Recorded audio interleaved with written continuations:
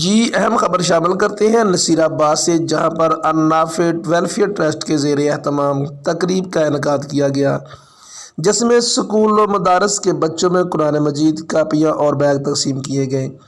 تفصیلات سے آگاہ کر رہے ہیں ہمارے نمائندے۔ جی بتائیے گا کیا تفصیلات ہیں؟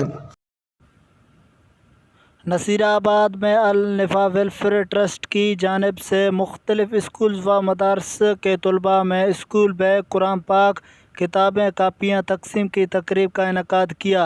النفع ویلفیئر ٹرسٹ کے چیئرمین مفتی محمد رضوان نے کہا کہ تعلیم ہر بچے کا بنیادی حق ہے۔ نبی کریم صلی اللہ علیہ وسلم کا ارشاد ہے کہ ہر مسلمان پر علم حاصل کرنا فرض ہے۔ ہمارے حکمرانوں کو چاہیے کہ تعلیم کے فروغ کے لیے ہر ممکن کریں تاکہ نوجوان نسل علم حاصل کر کے ایک ملک و قوم کا نام روشن کریں۔ ان خیالات کا اظہار انہوں نے نصیر آباد النفع فری ایجوکیشن پروگرام اسکول و مدارس کے طلباء میں اسکول کے بیگ، قرآن مجید، کتابیں، کاپیاں تقسیم کی تقریب سے کیا۔ اس موقع پر مولانا عبدالرحمن پندرانی، مولانا فضل محمد مینگر، مولانا عبدالقیوم خلیفہ، مولانا خلیل احمد عباسی، مولانا عبدالقیوم رند، مفتی بشیر احمد جتک و دیگر ممبران نے خطاب کیا۔